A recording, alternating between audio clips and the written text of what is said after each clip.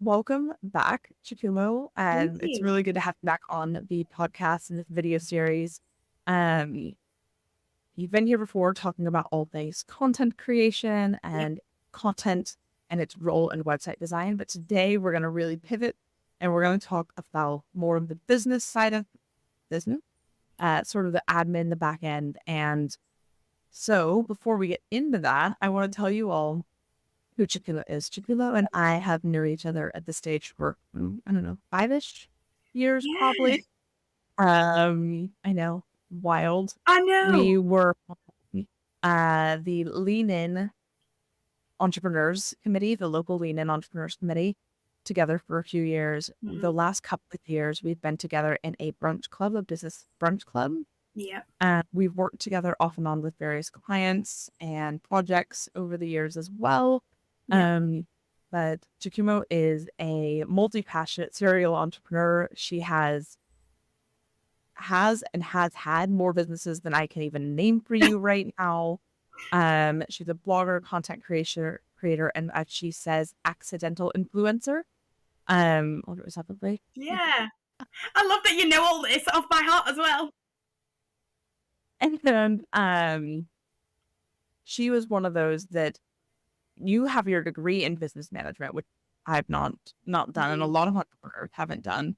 Um, and then but you originally started through your passion, and it's just bundled and spun. And as you picked up skills, you've shared your skills, and it's become this. You went from being, you know, a very, very good baker, essentially, like that was your Yeah. business, to so many other businesses in between, to have now being having your marketing agency and your own personal endeavors as well. Yeah. So cool. You put that all together so well. I was hearing that and I was like, oh my God, that is me. Like, you forget that, like, on this whole journey, like, you're doing things that other Mhm. people are seeing. But even for the fact that you could say about the accidental influencer, that's also showing me, like, my content and repeating some of those messages, like, it does work. Exactly. But so, can you fill in some gaps? Tell us a bit about your business, why you started it, what brought you to where you are today.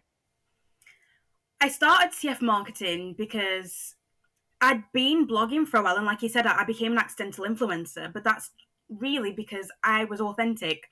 I talked about things that I guess people weren't used to seeing online, like mental health. I remember one of my first blogs, I was talking because I grew up with people of different denominations and faiths. So I remember having a conversation with one of my Muslim friends about what they believe after they die. And obviously, I not obviously, but I'm a Catholic, and I talked about it from like my point of view. And as someone that believes in God, I also believe in a bit of everything. Like, I'm sat looking at tarot cards in front of me, so I've never kind of fit into a mold. I love to learn from everyone, and I love to have shared experiences because I think you learn a lot from that. And whenever I stopped blogging, I get messages from people like, "Why have you stopped?" And these would be people that I might have gone to primary school with and I've not talked to for years. And it surprised me so much because I didn't think people cared or were bothered, and it really spurred me to carry on. And I was when the pandemic started, a few months in, I was about to be made redundant for the second time in 2 years, and it just demoralized me because, like you said, I did my business degree because I was in business and I used to want to do biomedical engineering. And my mum and dad sat me down one day and they were like, "You're waking up at like 4 o'clock in the morning to get to college for 5, 6 a.m. to bake and start college at 10." Like, my first class used to be business. And they were like, "You're doing two very separate things and you're going to burn out. So maybe if business is your passion and that's what you're enjoying, maybe look at doing a business degree and you don't have to decide now." And I sat with my cousin and we looked at lots of different business degrees because he was doing business at the time. And he then just said, just do a generic business degree. And that's when I did business and enterprise management. And then my dad got ill, which then made me move to Northern Ireland. And I finished on a 2-2. But the circumstances around that were really frustrating because I basically got a lecturer saying, if you knew everything you did outside of uni, which they did, I'd have given you, because I missed it by like 0.05%, I'd have given you the marks. And I was like, it should not be that. But even then, you tell us and you promote running businesses. And at that point, I was a public speaker. I was doing all these amazing things with amazing people on stages where I was like, this is my life. And I got into product development. So that's kind of the start of like my multi-passionate life, because I just met people that saw something in me and were like, you ask, I'll give it to you. So I asked sometimes and they gave me opportunities. So all of a sudden I'm public speaking, I'm going to supermarkets and presenting products I'm working on that are still in supermarkets now. And my dad got ill, so I thought I just want to be a daughter for a year, maybe write a little bit more and blog a little bit more, and then see where that goes. And touch wood, and thank God my dad's okay now. But I went to Queen's, I finished on a 2-1, proved to myself that I wasn't a failure. Because again, like the background of all that, I went through so much in that time. And I did international business at Queen's. And to be made, so obviously you go through this path where, like, I'm an immigrant child. When your parents pack up all of their lives, my mum left with 2 suitcases and started again. So there was always this pressure that I put on myself, I guess, that I needed to prove that I could do things. And to get to that point where I've done everything that the elders told me to do, to then be made redundant twice from a small business and a big corporate, it just broke me. And I talked to one of my friends because I won a competition when I was in college, and it was a business competition. We got a trip to Moscow, and I took my friend because I knew how that system worked, and they wanted you to work with someone, and he was just a bit of an advisor. So I took him on the trip, and he was like, I didn't do anything. I was like, doesn't matter, I'm not paying for it, and you did help me. So I think I've always been a people person, and I've always really treasured those friendships. So I spoke to this friend and I was like, I just need some advice. What am I going to do? What am I going to focus on? Do I apply? I'm applying. Actually, I was applying for jobs at that time. And even jobs where someone kind of knew me, they'd stop after 2 days taking in applications because they were getting so many. So all of a sudden, I found myself struggling to get a job with decent degrees. All this experience I had, I was like, well, blogging and influencing is bringing money in. And when we looked at it, he was like, why don't you focus on that? And go back to baking, keep doing that. In the meantime, you've built enough, because people are then doing like postal packages. Focus on the marketing, the blogging side. And that year of just being a daughter, I'd really built my profile. So the influencer side was bringing in money that I was then like, okay, this is something, this can work. And yeah, that's kind of how I got into CF marketing, because I realized that everything I was doing, I'd worked with global brands, I'd worked with local brands, I'd worked with different varieties of people that no one needed to know that it was just a one-man band at that time. And now I've got a team of like 6-7 people. So I slowly just kind of built it up, and it's turned into its own thing that, again, I would never, like, it's an agency, but we're specialized not only in content. I'm now a COO for one of the clients because he loves how I do things and how I work with people and figure things out. And what part of, I guess, what we'll talk about is the system side of that. And that's how I got into this role that I never studied for, I didn't know I was doing. And it's opened doors that I didn't realize could be opened. Very, very, very cool journey to where you currently are. So I think I want to talk about thinking about, you and I haven't actually directly worked together. So I want to be really transparent in this series about that. We are on the cusp of working together and doing an overhaul of some of your website and your system, which I can't wait for. I got a PO yesterday. So it's getting there. We're nearly there.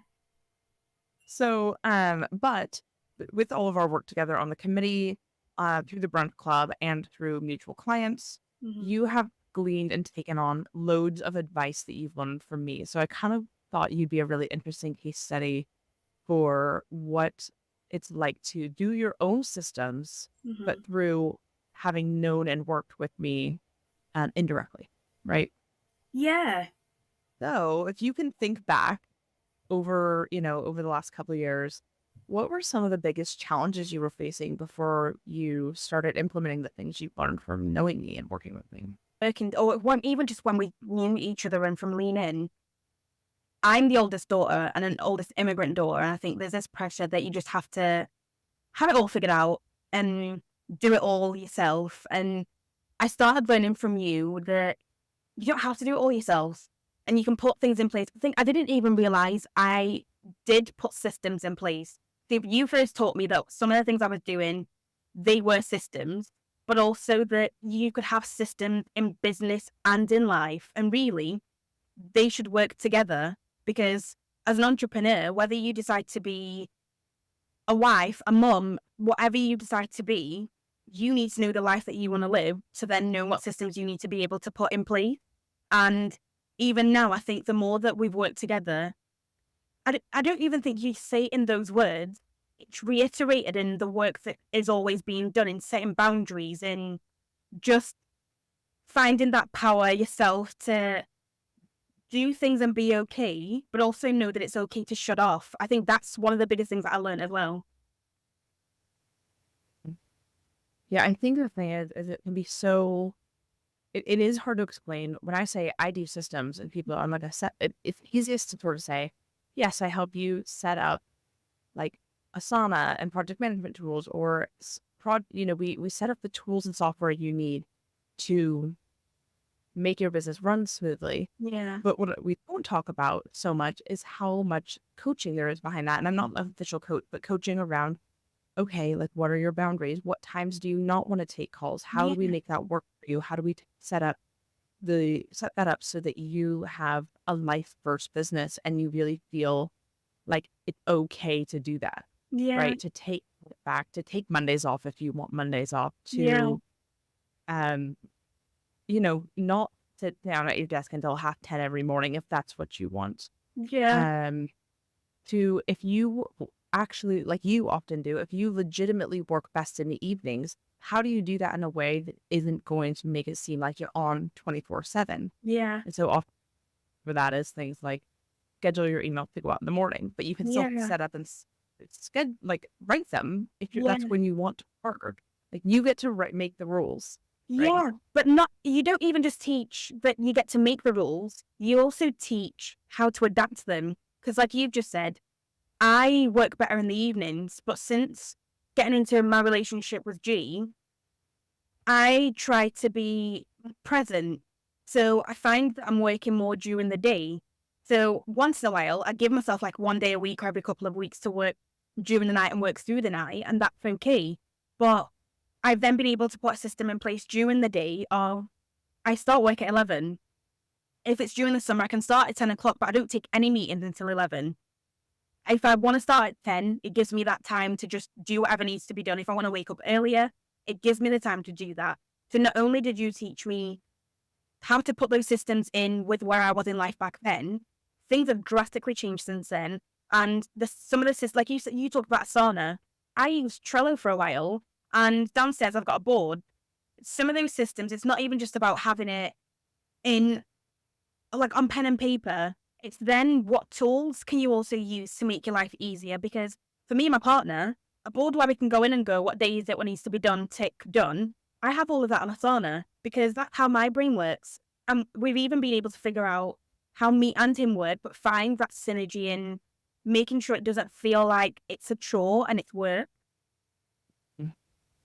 Yeah, I think that's the thing is it took me years to get my husband to have a shared calendar with me because he didn't want to feel busy, even though then he wouldn't know if I was out or we had a wedding coming up or somebody's birthday was coming up. And he actually genuinely enjoys it for the most part now. Yeah. But it took me years because he didn't want to feel like he just had all these things in his calendar for the sake of having all these things in his calendar. Yeah. And he's, I think, learned to have a calendar in a way that's less maybe robust and I think in his brain invasive than the way I manage a calendar. Yeah, I totally get that. Well, but we have our family calendar and that makes a big difference. Yeah, and that's actually something that we've also recently implemented because I anything to do with our business and what we do together, I sort out. So I was talking to you before about like I got an Apple laptop and I've got an Apple phone. He doesn't want to look at things on his phone, but we have a shared calendar, so he sees like when are we flying for the wedding, what's being sorted out, because I don't want to repeat the same conversations when you can just look at a calendar. But again, I've got clients where I've got their shared calendar. I look at it in the morning, I'm like, oh my days, how do you live having every little thing scheduled? But then I find that that's all a process as well, and everyone deals with things slightly differently. Because I think with with G, I'm really lucky that he's not someone that he doesn't feel like he's being told what to do. But for me, that perspective, if I'm going to be in charge of certain things, at least know what's going on in the background. And with a client, it's a way for me to be able to see. So one of the ways I've been able to do it with a client we've recently been working together is I can see your schedule to be doing all these things. So what I do is I figure out I can take an hour away and make your life easier. So I can then go back at the end of the week or the end of the month and go, this is the time I've saved you. You don't need to be doing some of the work that you're doing. So again, the same system you've talked about, I use in life and in business. Yeah. And I think that's the thing. It's him. It's really interesting because you're doing COO work for him. Yeah. But if you have to say a marketing client, you can say, hey, that you have this really cool thing coming up.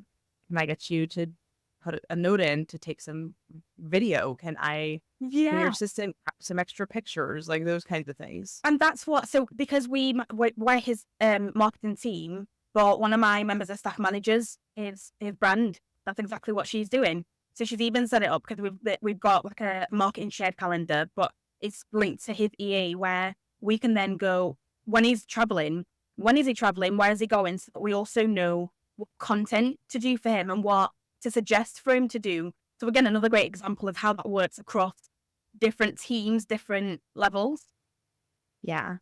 So since working together, I know for a fact you've moved on and you're doing a lot more Asana. I know you're more calendar bound. I know you've hired more help both in your life and your business. Yeah.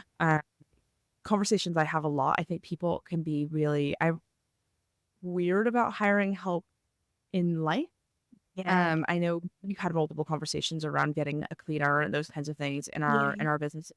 And I can really distinctly remember our brunch day. You came in and you were like, there's just too much happening in G and I's life. Like I can't keep up with the business and not feel like more is falling to me than is falling to G for life admin. Yeah. But I know in our relationship, it just makes sense sometimes that I'm the one handling it. Yeah. And we were, you need a life PA. You need an assistant.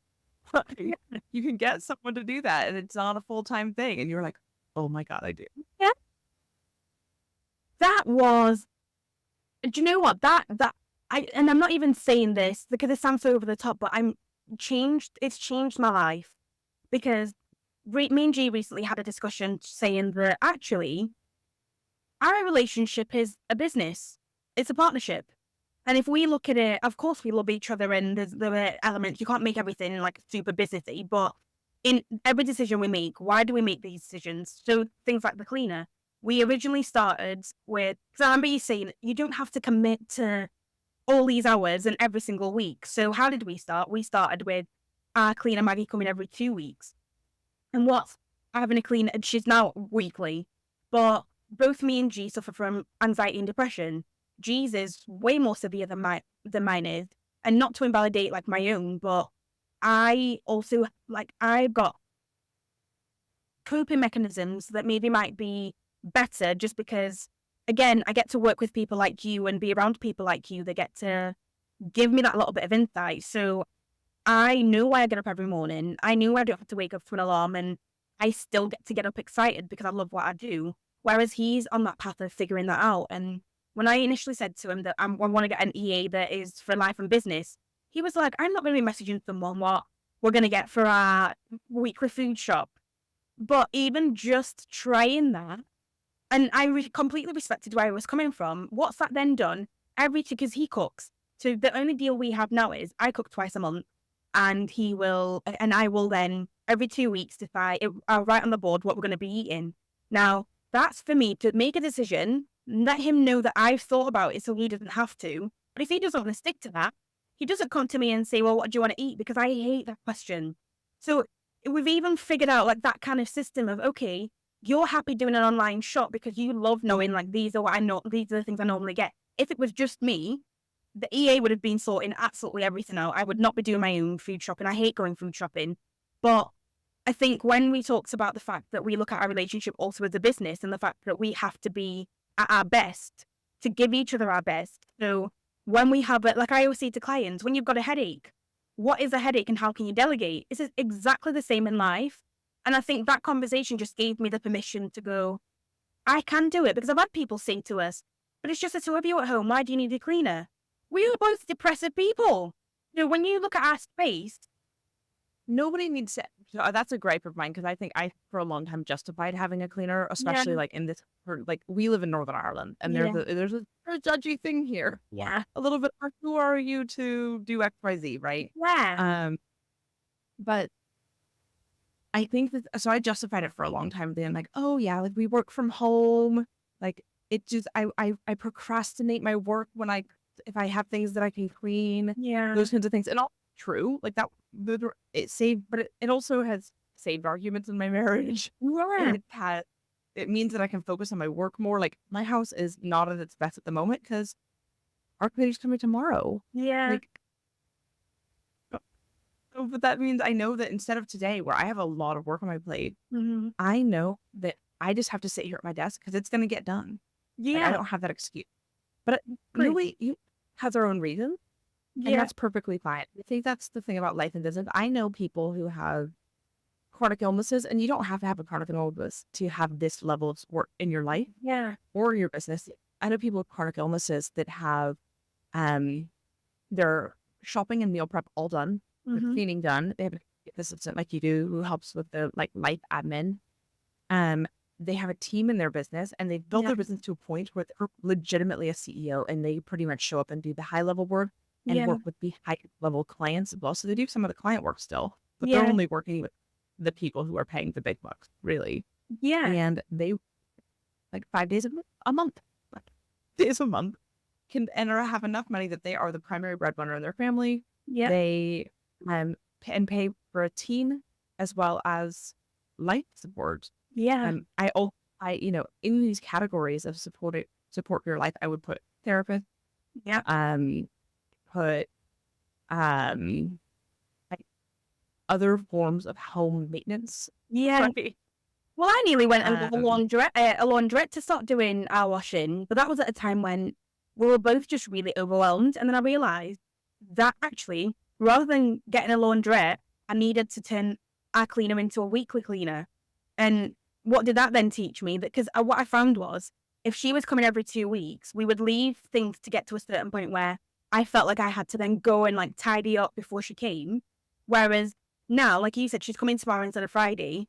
I've looked around and gone, this is perfect. She'll know exactly where to start from. I've got even things that she does, like she not only does she think for herself, having Maggie has also taught me the types of people I need to be working with in business, not just in life, in everything. So not only me letting go and asking for help at home has taught me that there's a particular type of person that approaches situations in a certain way, communicates in a certain way, that does things in a certain way. Cause when we got the board, she laughed and she came in because I found her last year cleaning out the cupboards, and I didn't tell her to do that. She was just doing it because she was like, oh yeah, I noticed that they needed doing. She thought for herself, and then when she saw the board, she laughed and said, I laugh because I see Maggie tidy on a Thursday. And that's just a reminder for G, like, if you've missed anything, so like you said, it removes those little arguments. Me and G don't argue. This is the first relationship I've ever been in where, and again, not to say that we don't have disagreements, we don't argue. Whereas I argued with my ex over shiny taps and things not being cleaned the way I wanted them to be cleaned. And then obviously that affects business. And if that's affecting business and you're not able to be present when someone is talking to you, you don't realize how much something so small can have such a massive impact across the board. And so coming back to like more, I guess, standard, it doesn't even have to be standard, but coming back to life and business, there's systems that really make it work. And I think when you work for yourself, this whole work-life balance thing, it's more about making the rules for yourself and setting yourself up for success for that and for the rules. And then you're right, allowing those rules to change. I've had a big shift in my life and business lately where I've had to go get a part-time job because I needed some headspace for the move. And I also, so my business is now mostly running on Wednesdays and Fridays. And I then today, I spent a little while going like, I don't really know what to do about that. Like, I want to do it. And today I set myself up for success in a lot of ways for that, where I gave my team more agency. I made sure they had, both of them had access to a professional company email account. I set up an autoresponder so that when people email me, they can see the ways to access me that, book a call here if you're a client, book a call here if you're a potential new client. If you are looking to get in touch with Heidi or Helena, here's their email address. Yeah. All of those things just like automatically done. So they know that, and I'm saying I'm mostly in on Mondays and Wednesdays, Wednesdays and Fridays. So if they email me off today, they're not like, oh, it's been 48 hours. I'll be back. Like, I set that clear boundary and expectation. And what I find is when you do that, the clarity that it provides everyone makes everybody feel more at peace. Makes everyone feel heard. Like, you don't want to create that, like, oh, they're going to get back to me whenever, or have they heard me situation, right? Yeah. So now that I've had a mini rant about, and I think my point in that is that life and business change a lot. My biggest bugbear when I first started my business was like, I wanted to like get to the point where I could set it and forget it. And it took me years to come to the terms with that. That just doesn't. Yeah. The world changes, our business changes, our lives change. And that's the perks of running your own business, is that you get to allow it to mold around whatever chaos or hopefully bliss happening in your life. Yeah. So can you talk to me about maybe a moment or a breakthrough that stands out from our time over the years together? I think the biggest breakthrough for me at the moment is the client that we were just doing the work for, where I'm now his CRO. So I started by doing some of his systems because I realized that within the agency, we need to get to know clients at a certain level and put some systems in place to be able to get them to send us content, to teach them how to create content effortlessly. Because my sister-in-law commented on a video I did for a hen do the other day saying, I didn't even realize you were taking half of these videos. That's how I love to create content. I think if you can create, I know everyone's different, and I find the clients that get it. If you want to create content around your life, the things that you do every day, you should be able to create it quickly, but still be in the moment. With me and G, people ask, how do I create so much with G? Me and G watch loads of like movies every evening. We do that because it's just a quick 20 seconds here, a quick few minutes here, a couple of podcasts recorded in a day, knowing that that's done for a month. That has been huge. And what stuck out for me was I was already doing some of the systems for this client. And then I went, there are some systems they need to be put in place. And I'm not the best person to do this because some of these stress me out. And one of those was Asana. I knew I wanted it because in Leaning, you'd introduced Asana to me. And I knew that was something that I'd already started working on. But I'm now at that point of, in my business, I need to be the CEO. Do I have the time to sit here and learn how to do all of this on my own? Whilst I might love doing that, I don't want to, and I don't need to. So I then approached it to the client and said, do you trust that I'm going to bring in the right people, knowing you? And the client was like, yeah, of course. And the client was ever involved in the work that we were doing for them. And I was just speaking project ever, because for me, I'm usually very directly involved with the client, but instead I was involved with you and his EA, and we organized so much of his business together, and that was really fun. Yeah, but I think even being able to do that for that client, he was just giving me some feedback, and he's really happy how things are going and have been going.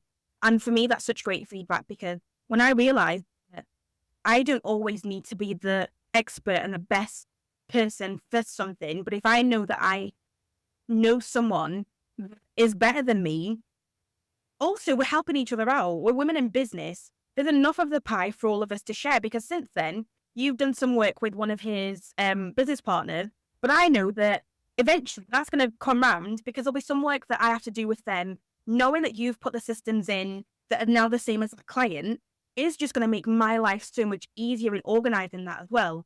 So when I realised that that's what I needed to do and to get you in, I then also realised I'm doing this for this client. Why am I not doing this for myself and the team? Because like you're saying, I've already put in things in place where Tuesdays, self-care day, do not contact me, please. And they respect that. Friday is my CEO day to just focus on the high-level business. Please do not contact me unless it's an emergency. It's surviving. They are like doing it. Like, I'm getting ready to go on holiday next month. And I was supposed to be away for a week, but we've got family coming from Zambia. So I'm going to have to take about 10 days off. Before that, one of my team members was like, she's basically said, you need to switch off and put things in place with G. That means I can't take my laptop, but he'll take his so I can upload my vlogs. All these little things where I'm not having to think about those things. And what happens when I don't have to be the one that thinks about those things? the things I do need to think about that are higher level, I get to think about. And when we started working together, I realized that I need you, because whilst I'm learning these things with this client, and I can implement them myself, when I start to get overwhelmed, because business is always going to be stressful at whatever level I'm going to be, I just need to figure out how to deal with that stress. And people keep asking me at the moment, like, how are you doing it? How are you okay? And I'm okay because I know you're coming in to sort out, like, whilst I've built a lot of stuff on Asana, I've got copy ready for the website. We sat and we agreed that we were going to get the website refreshed and mine done this year. Something that was going to be on me now isn't on me, and is on someone that I know I can trust, someone that knows clients and will very quickly get to know the team, because I know how you work with people. I know how you are with people. I know that you've taught me some of the things I've implemented already. So it's not even going to take that long to be able to do some of these things. I think for me, that is just something that, like, even just to be able to admit and go, I need help. That situation just taught me I can ask for help, and that help can be higher level, and I don't need to figure it out, and that's okay. Do you think that overall our working together and our knowing each other, is that your number one thing, is that you've learned to ask for help in life and in business? So you got permission, or you maybe given yourself permission to get more help over and over again through your executive assistant, hiring more on your team, and hiring me for clients or hiring me for yourself, those kinds of things. Yeah, but even the fact that not only do I know I can come to you and ask for help, I know I can be completely honest about what's going on in life, what's going on in business, whatever's happening. And the way that I run my business is I have to know the clients on such a personal level, because I focus on personal branding. And if I don't know you as a person, I can't give you the best service. It's like there's a wall between us, and there's only so far I can get. And for me, and it's really funny because I was talking to my therapist about this yesterday, because she was saying, I don't know why you're back in therapy, but we realized that I need a dedicated space just to feel heard and feel seen. And you are one of those people. When I've, like, over this period of, like, being in therapy and doing all these things the past few years, I have lost people in my life that I thought would be in my life forever. I've had to change how I feel about certain relationships and come to terms with that. But what's that done? It's opened the door for people like you, where, again, my therapist made me realize I've designed my life so that business and life work hand in hand.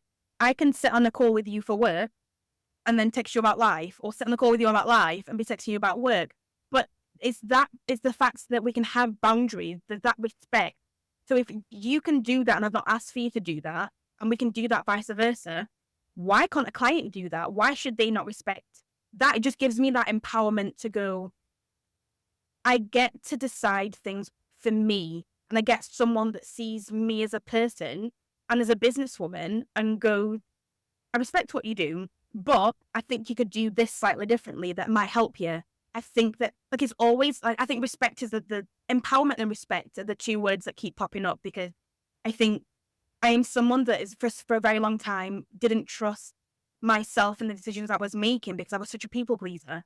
So to see someone that sees the real me, it then just reinforces that power that I get to reclaim in myself and in business, but through someone that we've only known each other for a few years.